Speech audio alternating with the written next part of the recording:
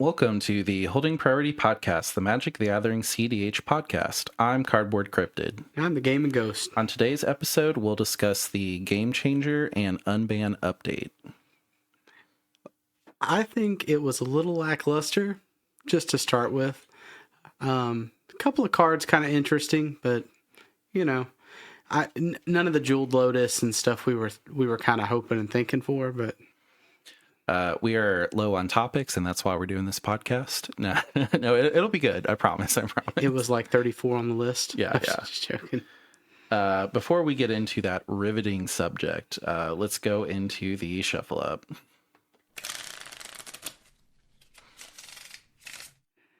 We have some new comments. We did our pretty much monthly check-in at this point on our spring tournament recap for April.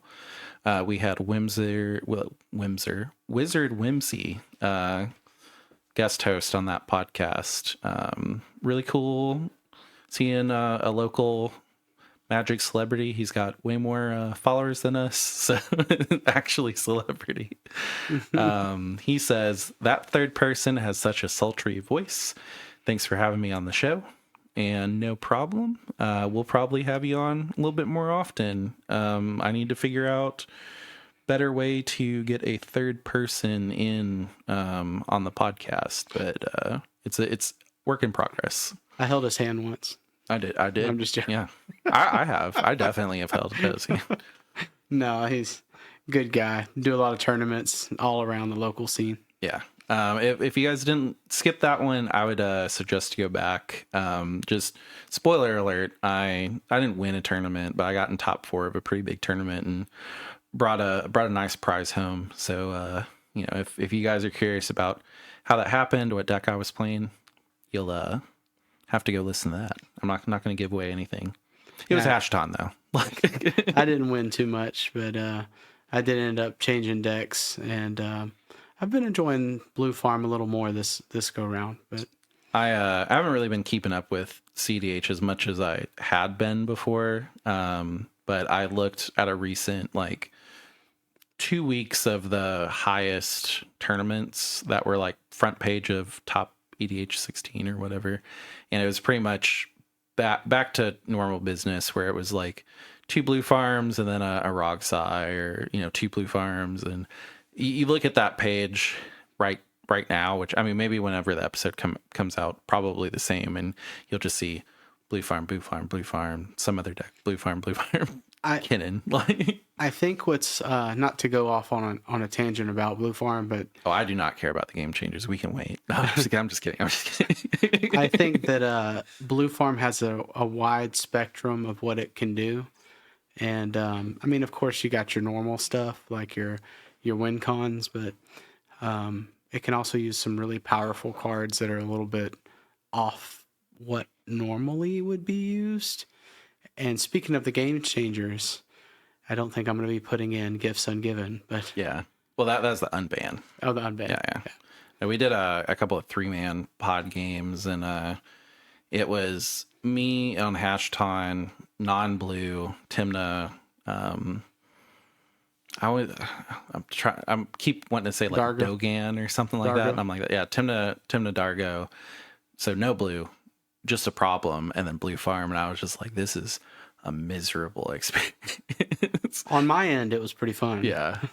I was doing okay. I haven't really been playing as much as I used to, so I was whiffing on a couple of things, and then I also, it's good practice because even in tournaments, instead of buys, they've kind of just been going to 3-man pods, and there are times where like I could have just pushed it and I would have gotten a win through, but I was just like, no, I'm Esper. I'd rather have like a guaranteed protected win. And I'm just like, nah, I should have just pushed it. Yeah, it's a little different on that aspect now. And I think with the 3 pods coming up, commanders that need 4 kind of getting the boot or the short end of the stick rather. So yeah, I mean, having that idea in your head where it's like, okay, 4-man pod, all 3 people are going to jump in. Like, let me be a little bit careful, but like kind of surveying the landscape and being like, Tim Nadargo does not have any counters for me. I know that. they're tapped out. The only thing they could have is red elemental blast. Blue farm over here tapped out. Let's just gamble if they have a free counter, you know. And then last comment on our spring tournament recap. I always love watching y'all's episodes. Thank you so much. Oh, We have a link tree. On that link tree, there is our TCG Player link. If you end up grabbing any of these unbanned cards, which I'm sure everybody will be just jumping to, we do have it. If you guys could bookmark it anytime you buy some cards, just click that bookmark. It'll let TCG Player know that we sent you, and it helps the podcast out a lot. We're able to upgrade the podcast a little bit recently purely because of TCG Player. So if you've been using it, thank you so much. If you haven't been using it and you're just listening to the podcast, that's great. we still love you. Do some more, but yeah. Buy all the stuff. No, it's just We haven't had a check-in in a while, but we did hit 4,000 subscribers. I wish. 4,000. Yeah. 4,000 downloads. Very, very quickly got to 4,100. It's been really interesting to see where our audience is coming from. We've got, I mean, clearly in the United States where we're based, where most of our listeners, but only 75% of our listeners are in the United States. So 1 out of every 4 people are a complete country away, which is cool. If you're in Canada and you're listening, I see you. Germany, New Zealand, Australia, UK, Singapore, Belgium, Mexico, Thailand, Spain, Indonesia, Luxembourg, Ukraine, France, Japan, South Korea, Netherlands, Russia. Like, these are all in double digits. So like, if you guys are in any of those, thank you so much. We do have a Discord. We're like 6-8 members strong. strong. Yeah. But no. I'm wanting to do a spell table night. It's in the works.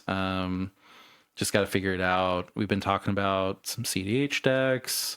I've been trying to send some memes, but whenever there's like something coming out, usually been pretty good about throwing it in there.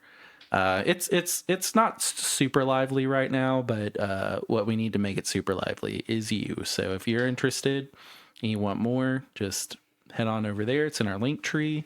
My Hashaton primer that I just won a tournament. To me, I count being in top 4 as like a complete win. I mean, it was pretty big, pretty big prize win for that. I went undefeated until the final round. Nasty. Yeah, in Hashaton.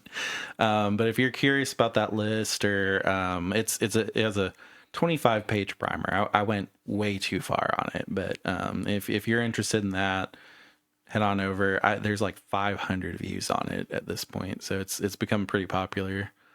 I searched it the other day and it was the first result, and I was just like, I don't know if it's because I'm searching it if it's the first result, but it was above Comedian's list. Oh wow! But Comedian doesn't have a primer, so like, but I was just like, that's cool. Like, I was gonna make a joke about the pages.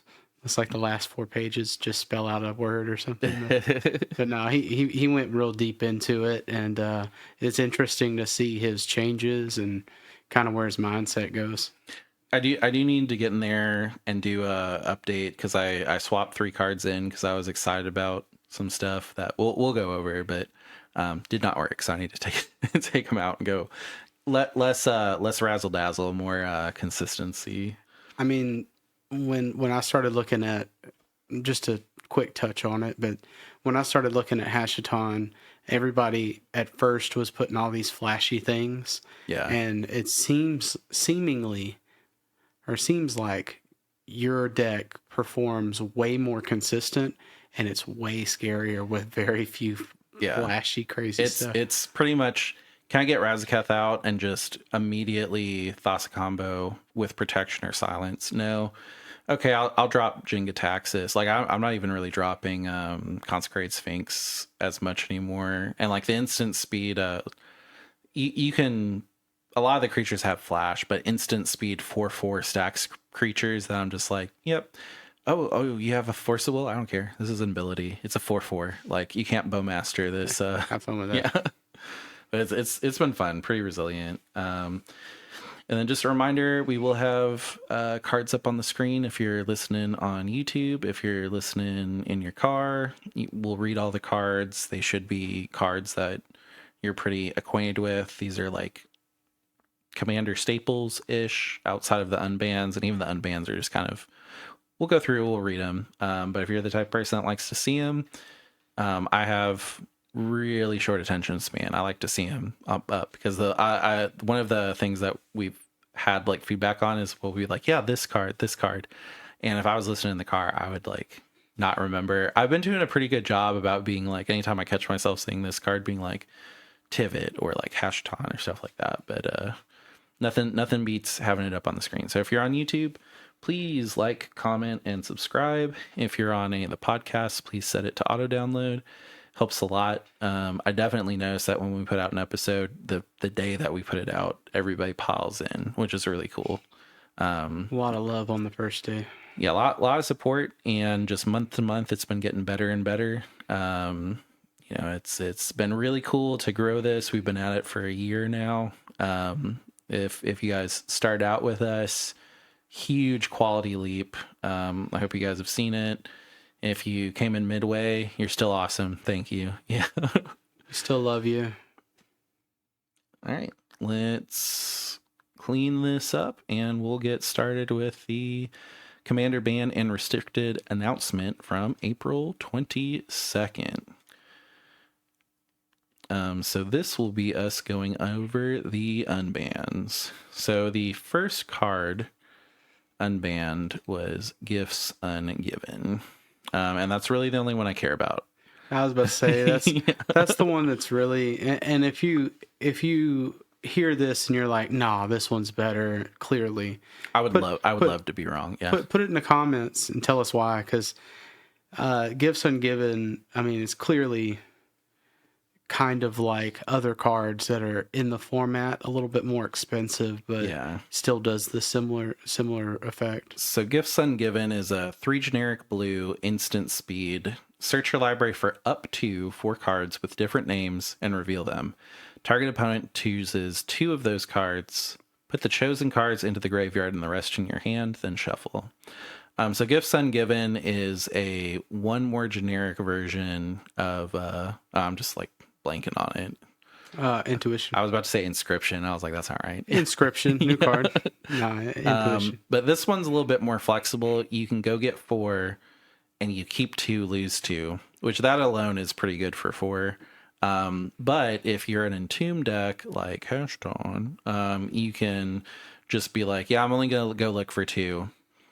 Cool. They're in my graveyard. There's no choice involved. Like, I do have to target somebody, but they just go away. Yeah. Yeah. I don't want to, I guess I'll say a positive and then kind of go into my feelings about it, but it works. You get an extra card into your graveyard, other than just having. Well, you get an extra card. If you go get all 4, you get an extra card in your hand. So Intuition is get 3, and you have to get 3 to go in the graveyard. You keep 1. Gifts Ungiven is go get 4, keep 2, lose 2. And also Gifts Ungiven was like, before ban, it was like 35 cents. This one is now around like 12. So like, if you're somebody that was like, man, I really want Intuition, I just do not have the funds to get Intuition, this unban is really huge because now you have a budget option that it's one more, but arguably better. But I mean, you don't have the Intuition piles like you do. Like, in a deck that counts, mana pips like Blue Farm using Adnaz, I mean, the 1 pip just seems to be too much. Yeah. I mean, that's my negative thing about it. Like, I get it, but Intuition's 3 and it's... So I was pretty excited about this because Gifts Ungiven combos with Unburial Rites in Hashton. So Unburial Rites is a black card that has a white kicker, and then Gifts Ungiven is blue. So it's Esper. The combo is Esper. So any Esper plus deck can run it. So with Unburial Rites, it has a flashback of 3 generic and a white, and it's a resurrect effect, basically, or reanimate effect. It's put a target creature from a graveyard onto the battlefield. So with Gifts Ungiven, you can go get the stupidest creature in your deck. You can go get Unburial Rites. You have to put them both in the graveyard. The opponent does not get to choose. And then you already have 4 for sure because you've played Gifts Ungiven.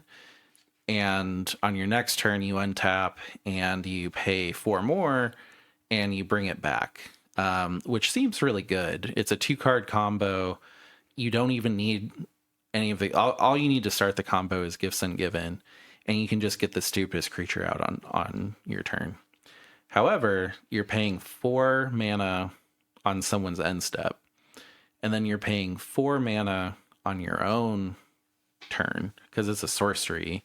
So you're paying 8 mana for the stupidest creature in your deck.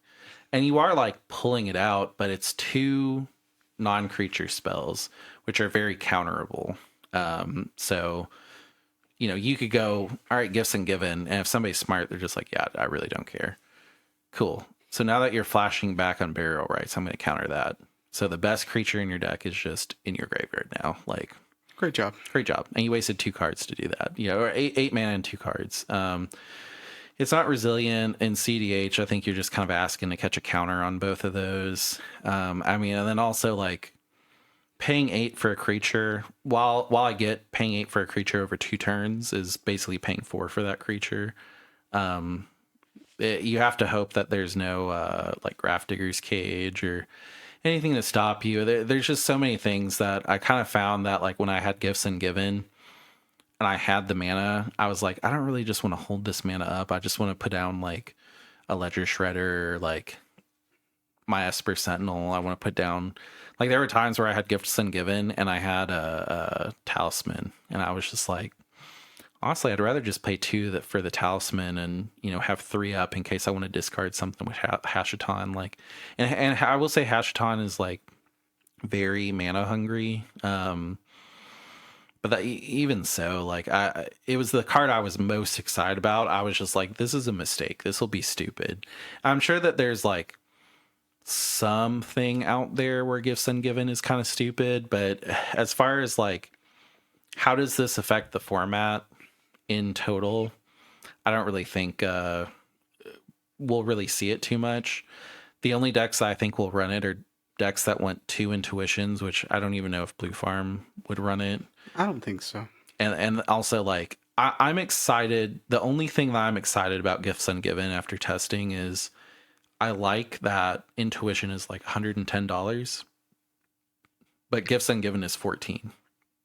So if you're like, I want to play CDH, I don't have the money to get intuition, this tournament is not allowing proxies, or like I'm 1 proxy short, you have the option to be like, I'm going to get Gifts Ungiven, I'm going to run it for a little bit while I save up for an intuition.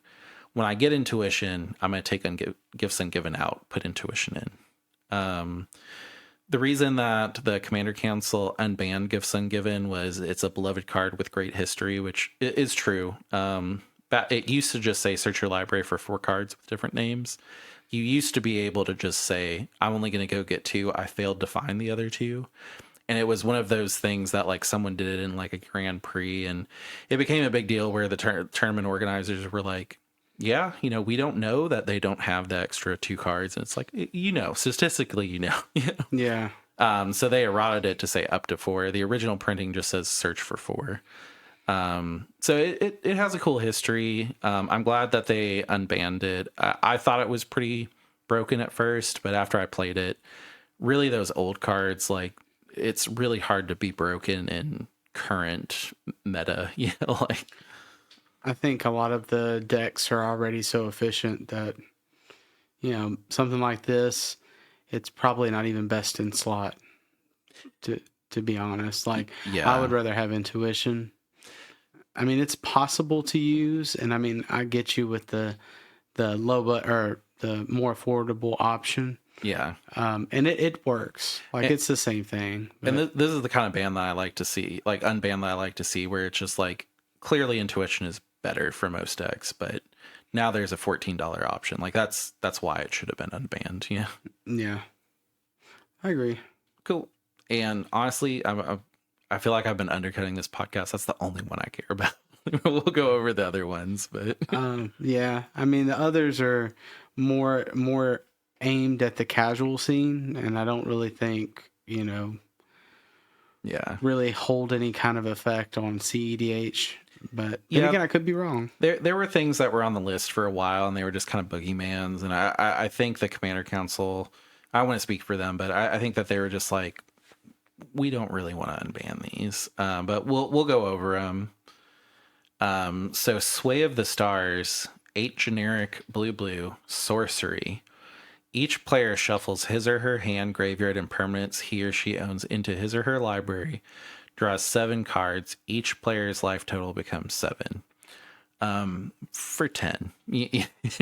Like, yeah, it does bring everybody's life total down to 7, but it's pretty much just was it not time warp, time twister, but like a budget time twister for three times as much. So, you won't be seeing this in CDH. Like it's too high too high of a cost. Maybe like oh, and it is permanents he or she controls. I don't think time twister does that. I'm thinking maybe Yuriko, but even then, like what would Yuriko do with this 10? Do 10 damage to everybody. Yeah, but like I mean that's not Oh, they're necessarily, not casting it, yeah. Yeah, I was about to say it's not necessarily this is a good 10 cost card. It's more, well, it also is, I want to tie the game the card. So like you play it for 10, which I mean if you can get that much mana and get it off, cool. And then everybody's field is wiped, including lands, and then you're like, cool, let's start over. So it's I guess if you can Fury's Protection on top of it, it's good. But it's like Sway of the Stars, and then on top of it to Fury's Protection. That's So too it's much. 13. Yeah. that's a crazy amount of mana. Yeah. I mean, there's ways to cheat this stuff out and cast it for free. But if you can cheat that, I feel like Yeah, you should win. Like if you can cheat out a 10 cost sorcery, you should really be winning. In CDH, is this cool for casual? I don't know. I don't play casual, but you guys will have to let us know. I mean, yeah, I don't know where it would be played. Braids, Cabal Minion, 2 generic black, legendary creature, human minion. At the beginning of each player's upkeep, that player sacrifices an artifact, creature, or land. We had a reprint of this in Dominaria, arguably better, 1 generic less, where you got to choose what one that you sacrificed and everybody else had the options. It was more fair. I definitely have seen this card come up. Like I think when we first started playing, someone didn't know that they were banned and they made an entire mono black deck around her. And this is when we started playing, like around when Dominaria came out, the one with Sholdred. And they were like, oh yeah, you can't play that, like that's banned. Like you can sit here and play today, but like that's banned. They were like, oh no, what am I going to do? It's like, well, there's literally a different braids and the art is cooler. And also it's 1 less. And they were like, great. They just swapped to that. You're talking about the 3 cost. Yeah. The one that a lot of Crick players use for draw.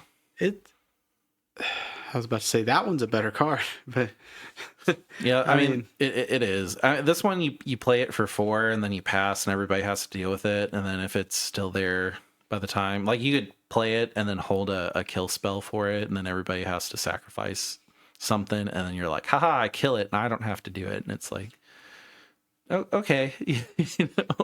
Kind of a weird question. Would Delny trigger this twice? Yeah. I mean, maybe. I mean, if the idea with braids, this one back in the day was you played Bitter Blossom, and Bitter Blossom gives you, I think on your upkeep, a fairy token. Yeah. So the idea was you play Bitter Blossom because it's like 2, I want to say. It's been a while. Then you play braids, and then everybody else has to sacrifice something on their upkeep. And you're just like, well, I make this fairy token, and then I sacrifice this fairy token. It's like, are you? But it's like, I mean, that's not CDH. Oh no, Yeah. no! I was like, in about 4 turns, we'll start hitting your lands. Yeah. It's like I mean, also CDH, they run such low CMC that like the idea with CDH is you build pretty quickly, and then by the time you have a bunch of mana, you're just like, okay, I have so much mana, I can draw a whole bunch, replenish my hand, and also play like 4 or 5 things a turn. And then the other thing about braids, and this is always gonna be like my feedback is, all right, let's say braids makes you sacrifice everything but your lands, but you have Thassa combo in hand, so you're just like, okay, well I have blue, blue, black, I win. Like, yeah. I mean, it doesn't really. I don't think the effect is enough to justify it being banned in the first place. yeah, and that's the idea of this wave, really. But yeah, I seen it was able to be played, and I read it a few times, and I was like, I don't even know if Crick would play this, to be honest. I don't think so, because it doesn't even it doesn't replenish your hand, so Yeah, it's kind of bland to it. and it's a 2/2 for 4. Like, Yeah, I mean, maybe with Delny might be kind of cool to have him sack 2 things, but yeah, but then you're not running Crick and you're not running this as a commander, so that's true. yeah. Like, all right, next card, Coalition Victory. This was the poster child of why is this banned for a long time, so I'm glad they finally pulled the trigger. But Coalition Victory, 3 generic, white, blue, black, red, green. You win the game if you control a land of each basic land type and a creature of each color. Great. And Sisei is in the art, so like that's really the only reason I like it. I can just kind of go past this one. It's if you can for 8 cast a sorcery and you have a creature of each color, great. I was about to say, and have a creature that is all colors that hasn't won you the game. Yeah, and it's like you play Sisei. Sisei is white. Yeah, it's not. Yeah, I was gonna say it needs to be in the colors, which is kind of crazy to me. and there are single creatures that like they say on them like this creature is all colors, and they're usually like generic. But like, let's say you play that creature. I think the cheapest one is like 5, and then you play a 8 cost Coalition Victory, and you put it on the stack, and no one has a counter. Like, cool. Like, I mean, maybe there's something with Coalition and like Leyline of what is it, Leyline? oh, the ley line that gives, well, it's like every land is each basic land type though. Like, I thought it was creatures were all. I'm pretty sure. oh yeah, because you're running it in Guild Pack. Sisei, yeah. Leyline of Guild Pack, which maybe like I don't think the chances of this being significant enough to put in the 99 of a 5-color deck to win. Oh yeah, each non-land permanent you control is all colors. Lands you control are every basic land type in addition to their other types. So yeah, if Leyline of the Guild Pact is out and you have a creature and a land, you're good. You're good. And somehow you figure out how to cast an 8-cost spell. Yeah, you just got to cast it. I mean, the other thing is if you play Coalition Victory and you put it on the stack, I'll just look at somebody and be like, do you have a swords? Can you swords that creature? Cool. Coalition of Victory resolves. Oh, you have no creatures? Cool. Doesn't work. And it's like, I whenever I read it, I thought it was an enchantment. I did too. I just realized it was a sorcery. Yeah. It's like, okay, well, it's on the stack. All right, I'm going to swords that. Cool. All right, I'll let it resolve. I don't even have to waste a counter here. All right. Oh, pass. Yeah. Like, It's like, did you win? What did we learn?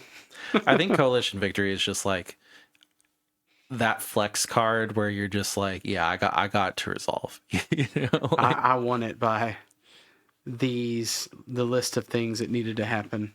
I mean, if you have like a tier 3 deck that's what you want to do is you're just like, I want to flex. That's cool. You get to now. Panoptic Mirror, 5 generic. It's an artifact. Imprint, X, tap. You may remove an instant or sorcery card with converted mana cost X in your hand from the game. At the beginning of your upkeep, you may copy an imprinted instant or sorcery card and play the copy without paying its mana cost. You're putting an extra spell turn on this. Like, yeah, like it's you're playing Panoptic Mirror, tapping it, casting an extra turn spell, basically, but not actually casting it because you have to put it under the card. And then you're passing, and you're just really hoping that you can take infinite turns when it comes around to you. Yeah, kind of bland. I really think that if you're not winning with a card that's, I was going to say 6 or over, but I mean, even 5 is really hard. Yeah, like I was looking at this and I was like, does this make Paco Halton viable? No. Okay. Yeah, like, does this make Atali viable? No.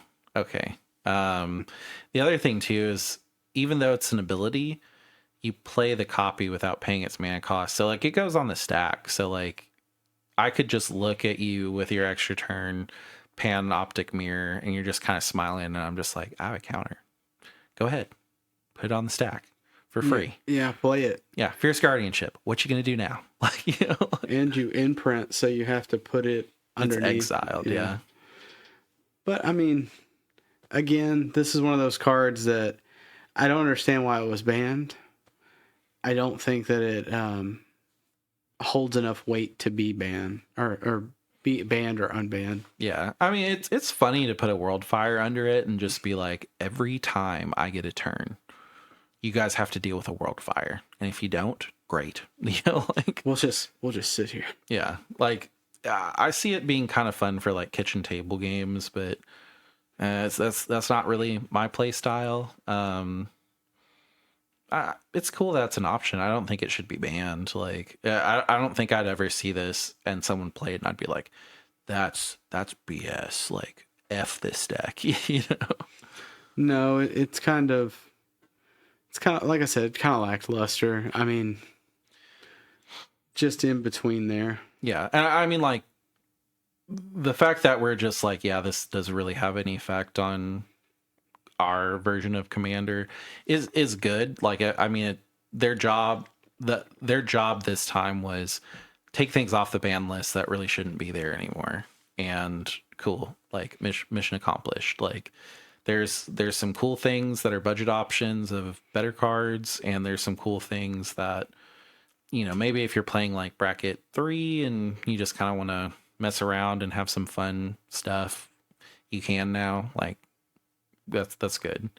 They did say that they talked about Dockside, Extortionist, Jeweled Lotus, and Mana Crypt. I really wanted Mana Crypt back. I mean, kind of. Like, I like where the game is now. I like that's a little bit slower. I don't think Jeweled Lotus should come back. Like, Jeweled Lotus made those 3-cost, 5-color commanders like Sisay and Najila like way too strong. Mana Crypt, I could see it coming back, but it does have problems. I will admit. They did say that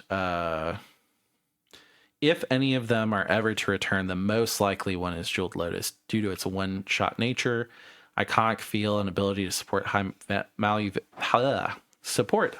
mana value commanders. And they said, I want this to be clear. This is not me saying that will ever happen, but it was one among the panel with the most traction. And then for some reason, they're committing to not banning anything for the rest of the year, which I don't think anybody asked for, but you know, like, I mean, let's hope there's no crazy stuff coming out that just breaks it. Yeah, and they said the only exception will be what I'm calling the Nadu contingency, which is if a new or unbanned card becomes such a problem, people want it gone as soon as possible. We'll break that seal and act earlier. So they're committing to not doing anything unless they want to. Like, that's like me like looking at my girlfriend and being like, I promise I'm never going to be with another woman unless she's really hot. Like, you know, like I don't think that would go over well. Like, but you know, if it's like, guys, I mean, or it's like, you know, I will never ever do it with another woman. unless a famous woman comes up to me and she's just like, let's do it. Then I'd be like, oh, hands are tied. I have to. Have to now. No. Jessica Alba, like, Oh, no. I don't know why she's the first one that comes to mind. I don't know. Not a bad choice, but It's okay. yeah, and that is it for the bans. There's a full Unbans. blog. Oh yeah, unbans, sorry. There it says commander banned and restricted announcement, so it confused me. There's a full blog if you want like more information. Really at the end of the day, the only thing that I would see getting added into CDH is gifts Ungiven. Maybe Panoptic Mirror in very, very specific decks. Like I could see like playing this at flash speed in like a flash artifact deck, but then you're not playing blue for the most part, so I don't know what you do. I mean, you're also, it has to be 5 mana. Yeah, which I mean at flash speed, if you cast it and then tap it and then put something under it and then you pass and then you just get a free copy, like Maybe. Maybe, but like very specific. And if there's a commander out there that any of these cards you're just like, this makes this commander like tier S, like I would love to know. I've not seen any of that yet though. Oh, for sure. Yeah. No, I don't even think any of the lists are running them. Like as far as like EDH top 16, because I've been looking on there through some of the tournaments and stuff. And the day that it happened, I was like in our local Discord and in our group, I was like, this is a mistake. Like Gifts Ungiven is a mistake. And then I ran it for like 2 weeks and it seems like something that's one more generic. That's a really good card would be great, but it just, I don't know. It just in my hand and in Hashtag specifically, it just stuck there. And it seemed like if anybody would care about it, it would be Hashtag. And just there are so much better options for me always. So I mean, 4 is that's the problem with a lot of the cards that got unbanned. Is 4 is borderline too much. Yeah, I mean it's instant speed. It's not as bad because you can just hold it. But the thing that I kind of think about with cards is like if I have a Chrome Mox and my opening hand has Gifts Ungiven, is it going under the Chrome Mox? Oh, of course. It's like 100%. Yeah, probably. Like unless you have multiple colors that you could get rid of. Yeah. I mean, that's a lot of excess to, maybe this in this specific scenario, it works. Yeah. Like if this is in my hand, opening hand, am I excited? No. Okay. Second test. If I have a Chrome Mox and this card is in my hand, is it going under the Chrome Mox? Yeah, I probably shouldn't have. Yeah, just dump it down. And there was an update to the commander brackets. Again, this really doesn't affect us in CDH, but when we did the previous podcast on the commander brackets, everybody was really interested in it. We got a lot of really good feedback. I really appreciate everybody being like, hey, I don't play CDH. I like to listen to you guys just because it helps me tune my high power play more. If that was you or, you're in that bracket, like this is definitely for y'all. So I will have the commander brackets up. I want to go over them one more time. So bracket 1. Exhibition. Decks prioritize theme over function and showcase a unique idea or experience over winning. 2. Core. Decks are focused, even if every card choice isn't the highest power and comparable to an average precon. Wins are often telegraphed or incremental. And then 1 and 2 have no game changers. 3 is upgraded. Decks are thoughtfully designed, full of synergy or strong cards. Games could end out of nowhere with powerful spells or late game combos. They do have late game combos and up to 3 game changers. So even in bracket 3, which is like upgrade precon, they still do allow 3 game changers. 4 is optimized, no restrictions. Decks are turbocharged with the most powerful cards in the format. Everybody intends to win and is ready to play against anything. And then CDH is 5. Decks are built to win in the competitive metagame. Players intend to use only the most powerful strategies. 4 and 5, exact same, just a mindset change. Like 4 is more, I don't care if my deck wins in 80 minutes. 5 is, I need my deck to win in 80 minutes at the end of the day. I think back in one of our older podcasts, we said, or had a whole thing about the difference between CEDH and tournament CEDH, when it was tournaments were really just starting to get kind of their foothold and really starting to go. Yeah. There's a lot now. Like I feel like every other week at the very least we have an option to go to one that's like good. Yeah. I mean, if you've never tried tournaments, I would say, build you a deck that's, it doesn't have to be crazy, but in the meta, there's certain things that are there. Please don't build Slicer. I'm so sick of Slicer. Unfortunately, Slicer is kind of like a mini game to your other players. Yeah, this is a side rant, but I loved Slicer whenever I played Atali because I'd just play Food Chain and they'd be like, "I'm gonna send you Slicer." I'm like, "Really? You will? Great. Okay, well I have 6 free mana now, or like 5 free mana." I don't know why, but it seems like in our local scene, everybody's just like, "Oh yeah, I wanted to try tournaments, so I brought Slicer. Like it does really good in my pods," and you're just like, "Why Slicer? Why Slicer?" Or like Alexios, which is like human Slicer. Yeah, the lower version, or the bargain slice. Yeah, that I don't know why, but it's just always funny to see.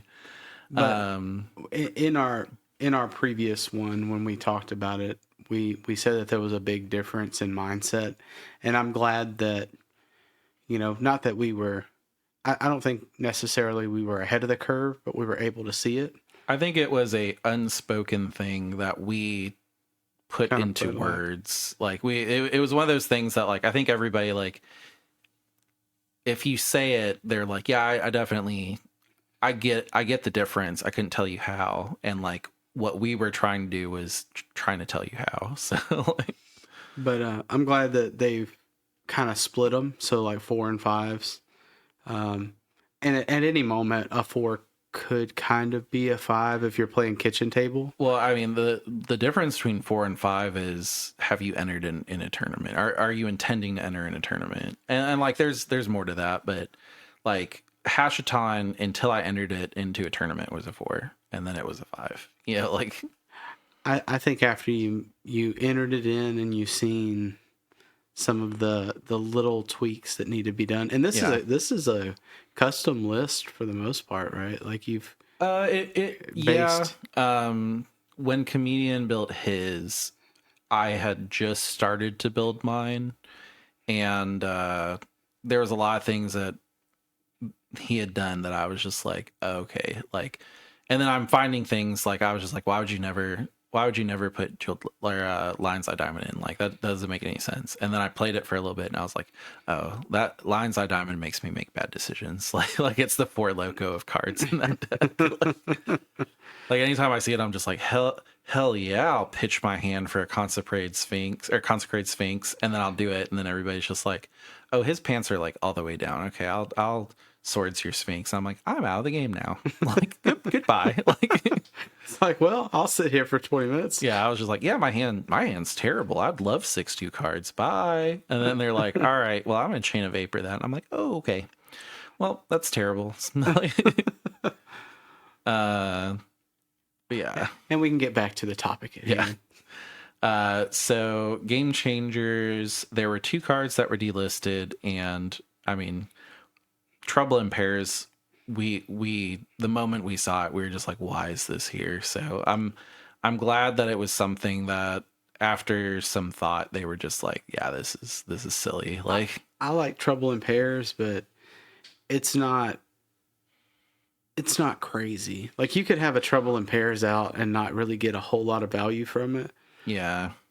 I mean, their reasoning, it makes a lot of sense. Like this card emerged as a standout card when it released a year ago. While I can draw a lot of cards, it's on par with some cards that are not on the list. The general feeling is it's just slightly under the bar for Game Changers, and that we probably jumped the starting line a little bit. I mean, and like basically it's, well, this was new, so we liked it. Like It was new. It's kind of scary. Yeah, which is fair. Like, there's definitely cards that we've seen in the review, and I'm just like, this is gonna be great. And then it's like, oh yeah, and I pulled it, and it never went in a deck. Like, Yeah. the other card that I was kind of surprised to see delisted is Trinosphere. As long as Trinosphere is untapped, each spell that would cost less than 3 mana cast costs 3 mana casts. They said that this card is not the most fun card to play against. No denying that. However, it tends to be strongest in the highest power levels, like Optimized and CDH. There are many cards on the level of unfun stacks pieces like Sphere of Resistance, Rule of Law, Nethervoid that aren't on the Game Changers list. And generally, if your deck is trying to lock out other players in a stack style, that's a play pattern that doesn't match the intent of bracket 2, and you should bracket up. Which, cool, put that on there. You know, if you're going to talk about land destruction, like, put that on there. If you want to play a single fair Trinosphere, it may be a little frustrating, but ultimately reasonable. Yeah, I mean, Kinnan Trinosphere is scary, but I mean, I think Kinnan tries to go so fast that it doesn't matter anymore. I think my thing is Kinnan on the Game Changers. I'm pretty sure. Yes. Yeah. So they were like, well, Kinnan's on the Game Changer, and if you're going to use Trinosphere in Kinnan, it's already on the Game Changers. Yeah. Grand Arbiter Augustine the Fourth. I forgot what I called it that one day, but I don't know. You were like, Grand Arbiter? And I was like, yeah, I guess that's what it is. I think you were just, I don't even know, man. It was like Sir Augustine, Knight of like something. And then there was a lot of Game Changers that were added, and honestly, looking at it, I kind of agree with everything. So Game Changer editions, by far, some of the loudest feedback was to please add more. So we looked through everything we were sent, discussed it a lot as a group, and solicited suggestions from the Commander design team. Today, we're adding several cards to the list. Here are 18 cards we are adding. Oh, man. Yeah, so Teferi's Protection, Humility, Narset Partner of Veils, Intuition, Consecrated Sphinx, Necropotents, Orcish... Why? No. Yeah, Orcish Bowmaster, Notion Thief, Deflecting Swat, Gamble, Worldly Tutor, Crop Rotation, Seedorn Muse, Natural Order, Food Chain, Aura Shards, Field of the Dead, and Mishra's Workshop. I'm really surprised Crop Rotation is there, but I get it. Like... What? Food chain? Yeah. It's funny because like a lot of this stuff we were specifically like, why is that not there? So like, was it Jenga Taxis was on there or something? It's like, who's casting Jenga Taxis, man? Well, me. Like, yeah, but I mean, yeah, maybe. Yeah, like it's funny because like if I look at the Game Changers list, I'll just, for fun, I'll say what I don't have in Hashton. Dranath Magistrate, which I probably should. Humility, Sarah's Sanctum. I actually take Smothering Tithe out and Teferi's Protection, but most of this is in there. Green had 3 cards before. Green now has 1, 2, 3, 4, 5, 6, 7, 8. Red went from 2 to 4, so like Red's really moving up in the world. So Worldly Tutor wasn't one of the... Or no, it was, huh? No, Worldly Tutor just got added. So, like, I remember we were like, well, Worldly Tutor's fine, but... Yeah. And Gamble's okay. Yeah. So they kind of like blocked these out. So Teferi's Protection, they're like, well, ultimately a defensive spell. If you want to talk about cards that are quite definitionally game-changing, this is one of them. It protects you completely. So much like Cyclonic Rift, Teferi's Protection saves you from targeting while freely making big plays or attacks without risk.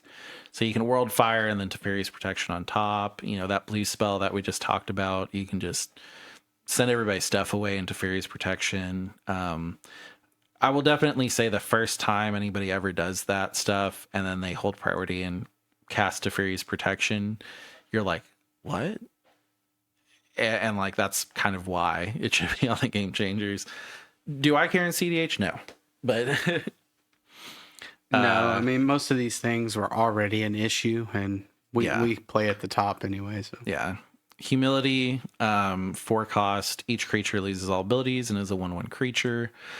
This card slows the game down to a crawl, disabling everybody's creatures and shutting down a card type that everybody has likely built their deck around. In comparison to Trinosphere, a fair Trinosphere forces people to play some more mana. Even a fair Humility tossed onto the board will usually make games massively frustrating to play.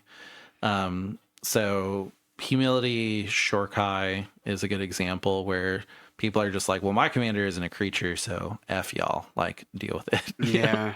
Other decks that have like commanders as planeswalkers as their commander, if you're in white, this is kind of an auto include if you're not running value creatures. I like that humility exists, but do you see it in CDH? No, not really. We did kind of see it for a little bit with Shorecry, but I mean that deck is not good enough anymore. I will say the art for humility is really cool. Oh yeah, like it looks like a Yu-Gi-Oh card, which any Magic card that looks like a Yu-Gi-Oh card in the art just makes it way better. Like, I like it, man. It looks like you could have that as a tattoo or something. Like yeah. Narset Partner Bales, Orcish Bowmaster, and Notion Thief. While punishing additional card draw is reasonable to have in a game of Commander, they are particularly aggravating to encounter. At best, these are frustrating to play against. At worst, they combo with wheels to do some nefarious things. You play against Notion Thief quite a lot now. How do you feel about Notion Thief? He's not great. Yeah, I don't like him. I will say that's the one thing that I like heard. Like, usually whenever I play a deck, like I'm kind of conceited. I like if it's like a custom deck, I kind of like to hear like the murmurs like after matches. So I'll just kind of like, keep my ear out. I heard Notion Thief. I like what I heard the most was Winds of Change first. No, yeah, the tournaments, yeah. Yeah, with Wizards Whimsy. But I heard Whimsies.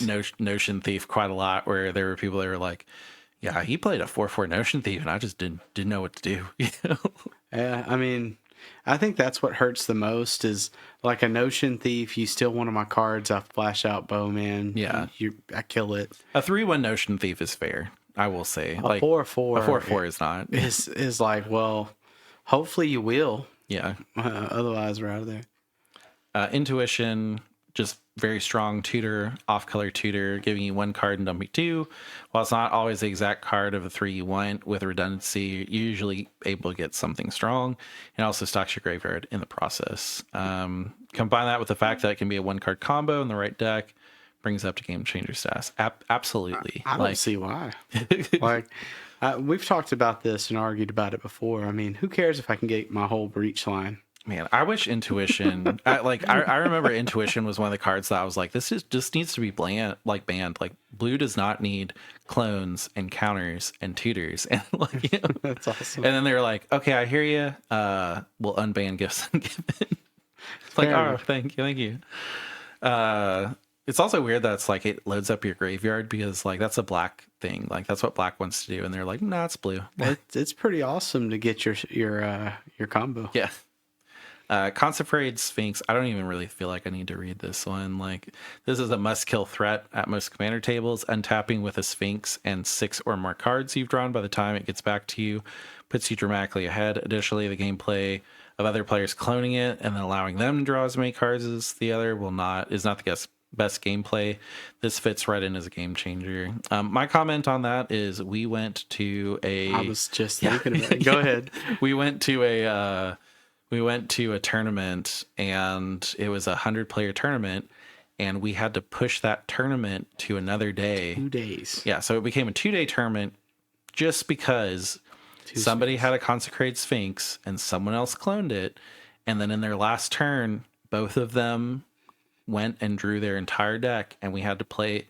We didn't have to. They had to play it out, and it was like a 2-hour turn that everybody had to sit and wait. Because of 2 Consecrated Sphinxes. Yeah. The judges were so miserable. As soon as you said that, I was like, I was thinking that same thing. Like that game, I remember we walked and we seen them still doing it. Yeah. And we went and checked out like the convention a little bit. And got lunch. Yeah. and we were like, oh, they're still doing it. Okay. Yeah, it was miserable. Like not to be mean, there's not a lot of life in a Magic judge's eye. Like watching everybody play cards and you just have to sit there and listen to people like ask you questions and squabble. Like not a lot of sparkle there. And if there was any sparkle at all of them had like they looked like ring wraiths, just kind of like standing around, just waiting for it to end. Like, if I'm not mistaken, we knew one of the people for sure, and then the other guy I think we met later on. yeah, Wasn't he's been a judge at a few things, right? I think so. Yeah, But it was just funny that he was like, I don't know why they did that. yeah. But yeah, it was pretty funny.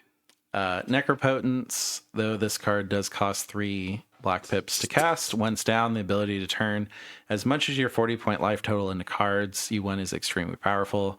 This has been one of our most requested additions, and we're happy to add it to the list. Yeah, this was like a big miss. What? Deflecting SWAT, strong, free counter magic made the list previously, and this often does the job of free counter magic and more. It deserves a spot on the list. And they should also just put, and also we just wanted to give red more love. I mean, deflecting SWAT is up there. It's almost as good, if not equally as good as, what is it, Fierce Guardian? Yeah. I mean, Fierce Guardian can initiate it. With deflecting, you're kind of waiting, but when it comes down to it, they're both good. Deflecting SWAT is ultimately better because, like, yeah, arguably, because you could just be like, hey, I'm going to cast this spell. I'm going to pay 12 life and put 12 damage on these target creatures. And then I'm just like, instead of countering it, how about that 12 life just wipes out your board instead? You know? It's like, have fun with that. Yeah. Gamble, crop rotation, and worldly tutor. The lower brackets do carry the restriction of few tutors already. However, 1-mana tutors that can search up a wide array of cards are some of the most efficient out there, like Imperial Seal, Mystical Tutor, and others. These are in line with that. We may be revising the notes around tutoring on brackets in the future, but for the time being, we wanted to get these 3 large swings onto the list. I don't get crop rotation personally, just because like you're crop rotating into Guy's Cradle. Yeah, I was about to say it's a game changer. Yeah, I will say the Talon Gates with crop rotation is pretty good now, but like, I mean, it's that's cool. I don't necessarily think that it's game changer with that. Now, I've had people, and like this is very specific. I've had people crop rotation and take away my commander, and I was like, I was gonna win if you didn't do that. You know, like, I mean, I guess. Worldly Tutor, I was wondering why it wasn't on there the first time, but you know, whatever. I mean, it's Imperial Seal, but green. Yeah, I really think that all of these cards, we were like, I think they listened to our podcast. Yeah. I think they're listeners because they were like, oh, you know, Seedorn, it's not a game changer. I would absolutely hate for somebody to join our Discord and ask me what my address is and send me a whole bunch of free cards that works at Magic. Just if they're listening. What a terrible thing to do. Oh man, please don't message my email and at 112222122. Seedorn Muse. This card causes you to take what is essentially essentially, when built properly, 3 additional turns worth of effects each turn cycle. Wow, that's a terrible sentence. It also causes one player to take a disproportionate amount of time in the game. Yep, I agree. I've run into multiple problems with Thrasios players where they're like, hurry up your turn, but I'm also going to Seedorn Muse and get all of my Thrasios stuff. But you can also take your turn while I'm doing that. Hurry up. And I'm just like, no, if you're putting effects on the stack, I'm waiting for those effects to resolve. And they're like, no, you can take your turn. And I was like, I literally cannot. That's funny. I mean, Seedborn is kill on sight. Anytime it comes out, it's gotta be. Yeah. I don't really know natural order that well. Natural order, this is one of the strongest ways you can cheat out big creatures early. Natural order cheats mana and acts as an efficient tutor all in one. So you just sacrifice a green creature and then you put any green creature card onto the battlefield. Okay. I was using it in Timna Kodama to get out the really stupid Praetor, where it's like when you tap a land, it gets a stun counter, basically. Yeah. I mean, yeah, but I would argue that, yeah, I guess so. Well, it's the problem with it for me is you can turn an elf that you already tapped into a Vorinclex. So that makes sense. You put out an elf, and you kind of have to do it on turn 3, but it's like Forest Elf, Forest, Arcane Signet, Forest, tap Elf, tap 3 forests, Natural Order, sack the elf that you just don't care about anymore, Foreign Clicks. I guess so. And the other problem is it's not from hand, it's from deck. So you're just like, okay, like this isn't even my hand. So it's basically draw the biggest creature in your deck and then just put it on the battlefield. Does it resolve in CDH? No, it does not. I feel like these bans just shot my hopes of playing in bracket 3s and 4s. I mean, pretty much if I want to play something that's not CDH, I'm just drafting or doing a sealed, because it's true. At that point there's no complaining, because it's just like, well, this is what I got from the packs. So I don't know. The previous Game Changer list had so many things that we were just like, I don't know why this is on here.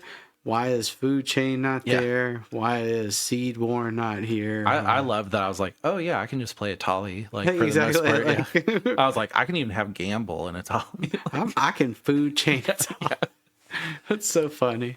Food Chain. People tend to not play fairly with Food Chain. What? Nah, no way. Fair and Magic? Where does that happen? I thought Food Chain was just a way for you to sack your dorks after you tap them for more mana for creatures. Oh, I didn't know you could combo with it.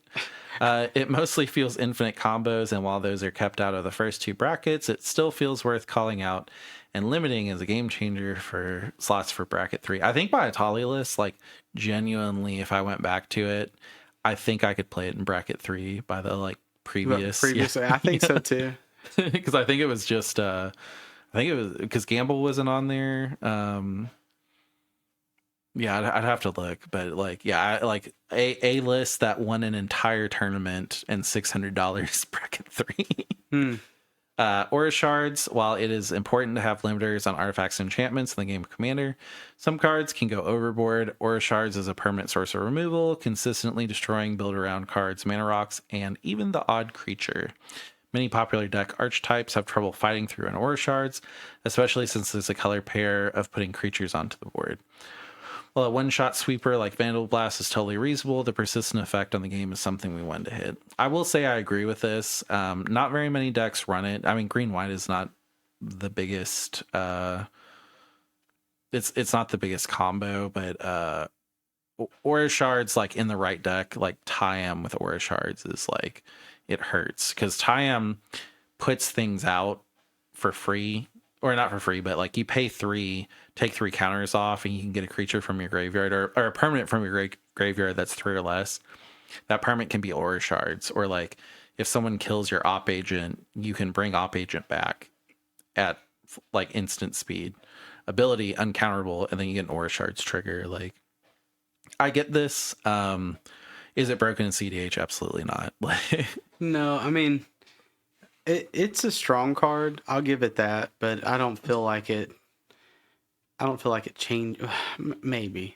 I like the combo, and I had this in Elvery for a little bit. The Spider Lady, that every time an opponent casts instant or sorcery, you get a 2/2 Spider with Reach, and then Aura Shards. So it's like, oh, if you even try to, Underworld Breach combo out, Aura Shards will take care of it. Because that even happened in a tournament where like I was watching, and I was just like, ooh, I'm not going to say anything because like, Ghost is literally winning right now, and this person could stop them. But I'm just a viewer. I will definitely take the judge's side and ask my question after you have your win. I did feel bad after that win, yeah. And I was like, oh man, I'm sorry. You could have done that. I didn't even notice it. I didn't want to be that person that was like, you could have won, right? So I was like, let me take the judge's side and be like, hey, just to make sure this person is missing these triggers, y'all are gonna let him miss them, right? Yeah, because they're maze. Yeah. Field of the Dead. Basically, it takes so little for a land to be strong. This only makes colorless mana and enters tapped, but getting Field of the Dead online is incredibly easy. Once you do that with fetch lands, additional land drops, and more, this land can turn out 3 or more zombie tokens in a turn. If you're playing a deck that cares about lands, you have Field of the Dead in it for sure. Like, it's really good. It was insane in Nadu. Rest in peace, Sweet Prince. But it's really good in the new, and they call it Cocaine Bear. And this is a family podcast. I don't know what cocaine is, but Cocaine Bear. It's a really good movie. I think it's like powdered sugar. Yeah.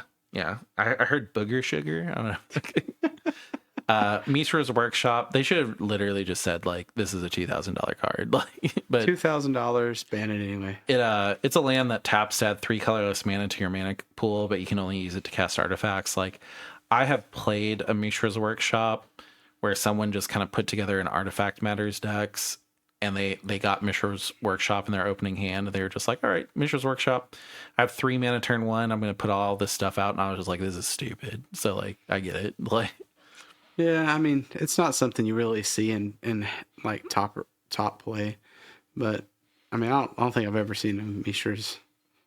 Yeah. And this is just a quick... Cards not changed. They wanted to say that legendary creatures, for the most part, unless they're really problematic, they don't want to add it. They're like, it's really easy to put Korvold, Edgar, or Dragon Joda Traxon. Before you know it, a ton of fan favorite commanders are on the list.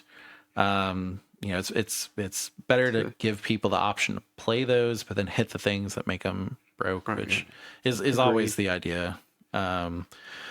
Farewell, which I don't get the complaints around it. I get that like having everything exile kind of sucks, but it's 6. Like, man, if you don't like it, run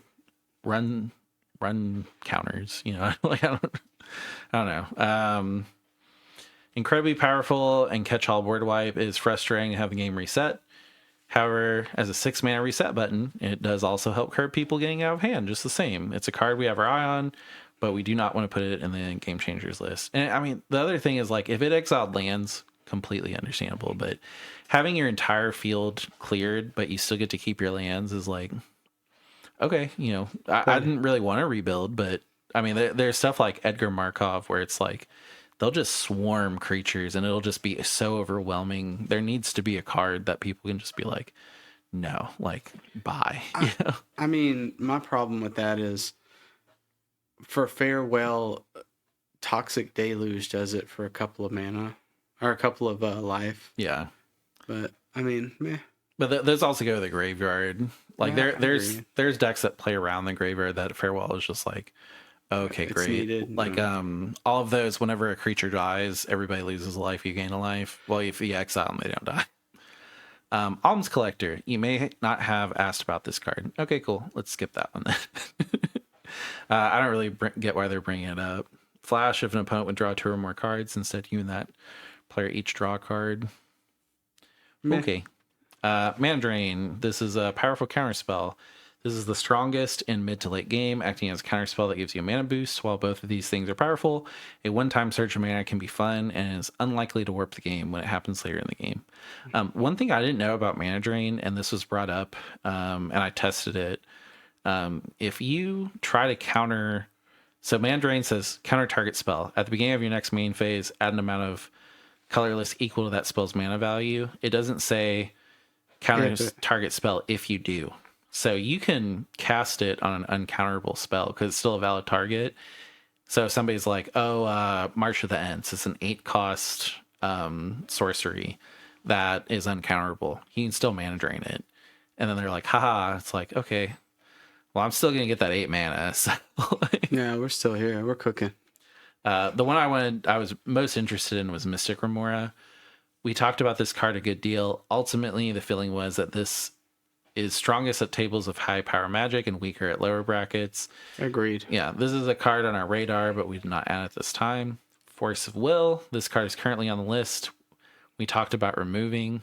We elected to leave it. It does put you down a card, but is an incredibly powerful way to protect whatever you're doing on your own turn. The ability to hit opponents' commanders and large creatures, even while tapped out, is notable. We have elected to leave it for now. In my opinion, this might be a hot take, free counters have no place in casual like Magic at all. I agree. If you're running free counters, you really should just upgrade to CDH or like high power kitchen table. And by all means, do so, because that's where all the fun is. Necro Dominance with Necropotents going on the list. We discussed this card as well. We decided it does not reach the same bar as Necropotents does, but we could imagine looking at in the future if its play rate increases.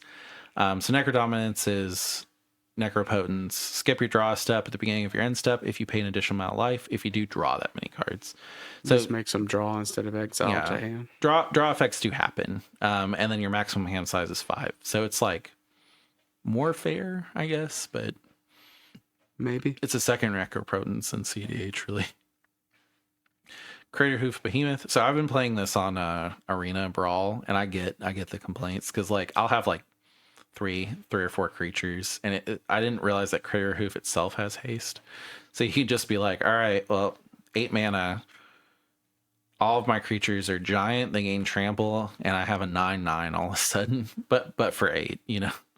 I mean that at 8 mana, there should be. I think those cards are needed for win cons. Yeah, and that's basically what they said. It is certainly a card that can end games. However, for an 8 mana green creature, it is acceptable to end the game this way. Oh wow, yeah.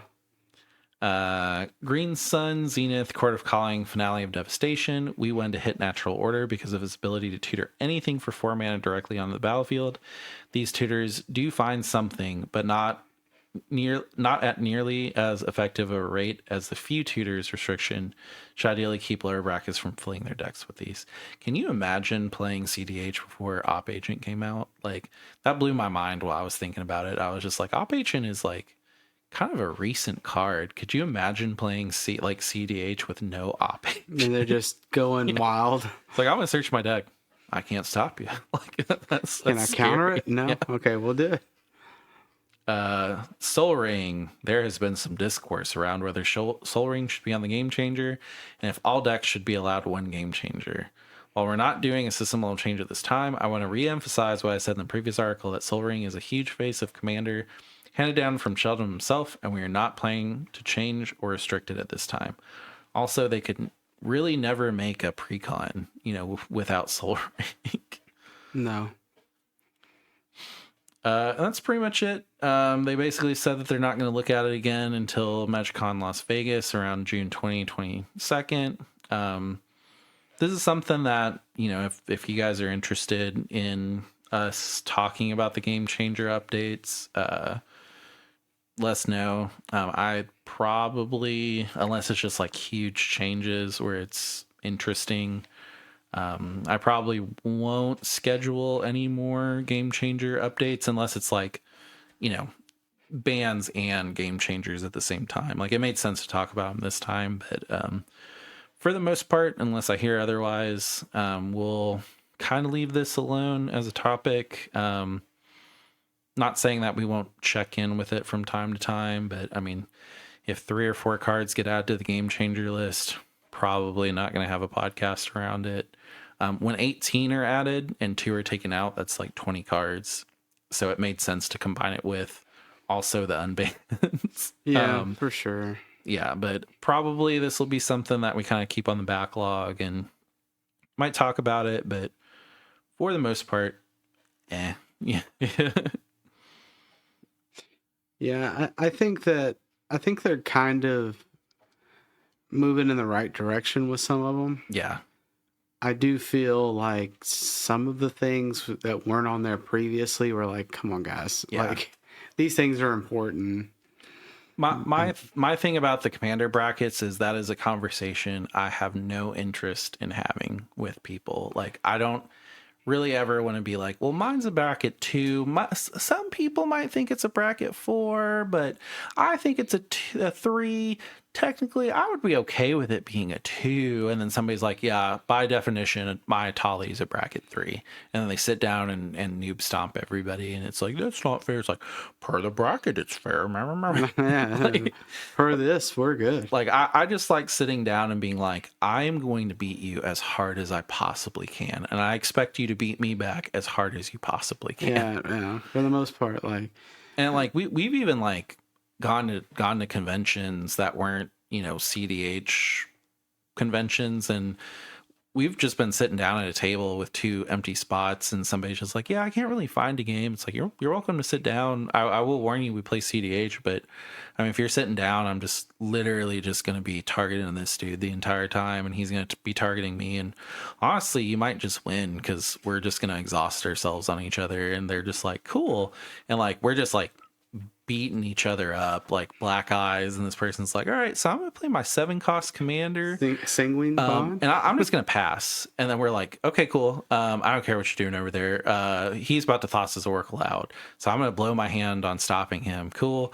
Well, I blew my hand on stopping him, so I don't really have much. And then they're like, okay, so this is what this deck does. So I cast this 5-cost sorcery while this 7-cost, and I do this, and isn't this cool? And it's like, honestly, yes, that is very cool. You won. And they're like, oh my God, I sat down at a table and I beat these 2 guys that play tournaments. I gotta tell my group about this, blah, blah. I'm like, oh yeah, that's great. I'm glad you had fun. Like you could always go with the method of asking if they have a deck that's more on par. Sometimes that happens. I don't like to play other people's decks though. I feel that. I've done it, and sometimes you just kind of want to play, and I get that. Yeah, there's times where I'm like, hey, you sat down and you played our CDH decks. Like, I will meet you halfway. You have this deck that you're really excited about. Like, I'll play it, and I'll play it, and the entire time they're like, is it good? It's good. You like it? And I'm just like, in my head, I'm just like, I crave my mana rocks, and where is my jeweled lotus? Yeah, I was like, where's my guy's cradle? Like, and then I'm just like, yeah, that was fun. Can I go back to my deck? Like, so we're back to CEDH. Yeah. I want to do my things. Like, no, I don't know. Yep. Cool. Again, thank you guys for checking out the podcast. This is pretty much it on the Unban update. I was definitely expecting a lot more things. I had a meme that was 2 folders. One was if mana drain, or not if mana drain, if mana crypt gets unlocked, and then if mana crypt stays banned, and it was like 2 different memes that I had prepared. I was kind of hoping mana crypt would come back, but honestly, it was one of those things that, for me, once they banned it and said that the game was going a little bit slower, I was just like, don't ban it. And then everybody get used to it, and everybody be like, yeah, it's kind of cool that we're playing slower decks. Like, there's more commanders that are viable. Big commanders without Jeweled Lotus, not as much, but I mean, whatever. And then they're like, actually, we're going to unban it. Like, just go buck wild. Like, Niv Mizzet, still F that card for no reason. But if you want to turn 1 Najila with a mana crypt and a mountain, you go right ahead. Yeah, do your thing. Yeah. I'm glad they kind of kept it. I hope they keep it like that. Like, honestly, I think if you ban a card, you should just be like, I'm committing to banning it for a full year at very least. Like, I am glad they've stuck to their guns with the big, like, shock bans that they did. Yeah. And like, I've said this in our like local group, and I don't know how popular this will be, but I like Jeweled Lotus. I do not like that Jeweled Lotus can get out Sisay or Najila and still have a land untapped. Like, the fact that you can just be like, oh, Jeweled Lotus is in my hand, great. Free Najila, and I have a mana left over. I guess I'll just Imperial Seal, just the stupidest thing I can think of to top.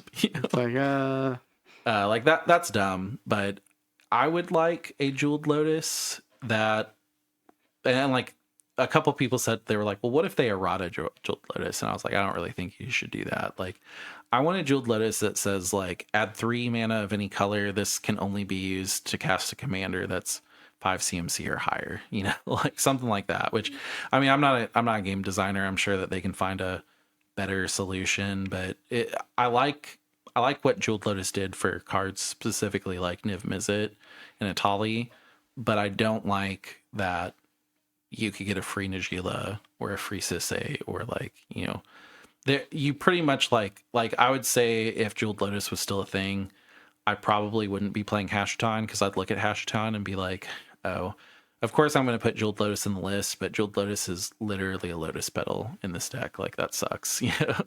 Yeah, for sure. I mean, it still worked out. I think you still used it in like Kennen in early stages. Yeah, you still ran it, but it was such a like disappointment. Like, for the most part, if it wasn't in your opening hand, you're like, cool. And if it wasn't in your opening hand, you would just be like, well, if Kennen gets killed, at least this will cover the commander tax. And then there were games where it's like, oh man, I drew this. Like, we're like 5 turns in. This sucks. Yeah, it's like, a wasted draw. Which, like, that is what ultimately it should be like. But, like, you know, being able to be like, oh, I have a Jeweled Lotus in my hand, I can get Tivit out like pretty quickly, or like, you know, being able to run those much bigger commanders and still be like, yeah, this is still CDH. Like, this guy costs 7, but like I'm still maybe gonna win a tournament with it. Which Atali like is still kind of there because it has red and green. Like, that's mana colors, but yeah.